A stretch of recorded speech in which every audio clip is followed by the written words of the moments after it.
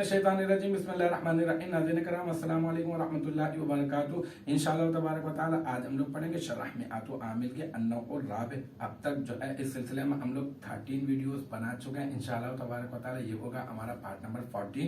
हम लोग हुरूफ निदा के बारे में पढ़ रहे हैं। मैंने आपको 2 की मिसाल दे दी, अब जो है वो तीसरे की मिसाल दे रहा हूँ हया के साथ, ठीक है ना। इसका जो मुनादा है ना वो मुदाफ है किसी और इसम की तरफ, इस वजह से जो है वो आलत नसबी में होगा। तो इसकी मिसाल दे रहे हैं। तो हया शरीफ अल कौमी आज की इबारत है, बहुत आसान है। पिछली वाली इबारत अगर आपकी समझ में आ गई है तो इसको तो करना कोई मुश्किल नहीं है। हया ये है क्या, उरूफ निदा कायम मकाम अदऊ फेल, और अदऊ फेल सीगा वाहिद मुतकल्लिम, इसमें अना ज़मीर मरफू मुत्तसिल मुस्ततर, इसका फाइल और शरीफा मुदाफ और अल कौमी मुदाफिल है।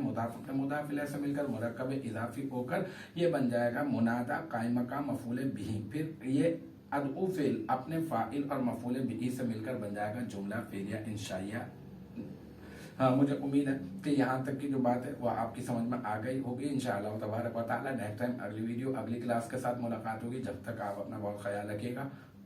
व आखिर दावाना अनिल हम्दुलिल्लाहि रब्बिल आलमीन।